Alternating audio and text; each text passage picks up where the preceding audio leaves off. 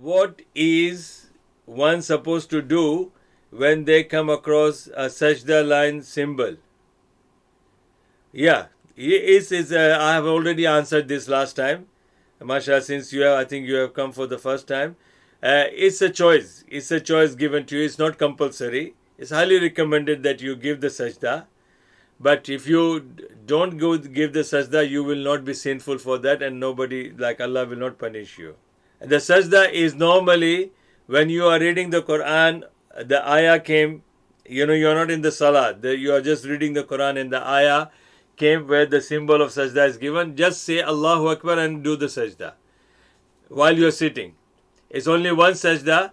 There is no two sajdas, and there is no tahiyyat and tashahud. Just one sajda, and there is no even salam there.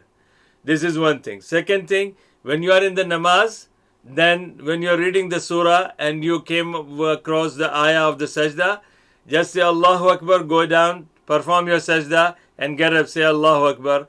Allahu Akbar is also not from the sunnah, but sometimes if you are an imam and people behind you, they don't know what you are doing, and they don't know, because majority of the Muslims, they don't know what Quran is. They don't even know how to read, and let alone if they come across the ayah of the sajda, they won't know anything.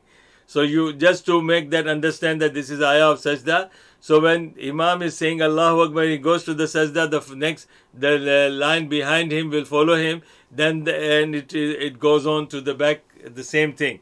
So this is one issue. The second issue is that normally it is not fard, it is sunnah. That means if you want to give the sajda as make the sajda, you can. You don't have to. If you don't do it, you will not be sinful and you will not be punished for it.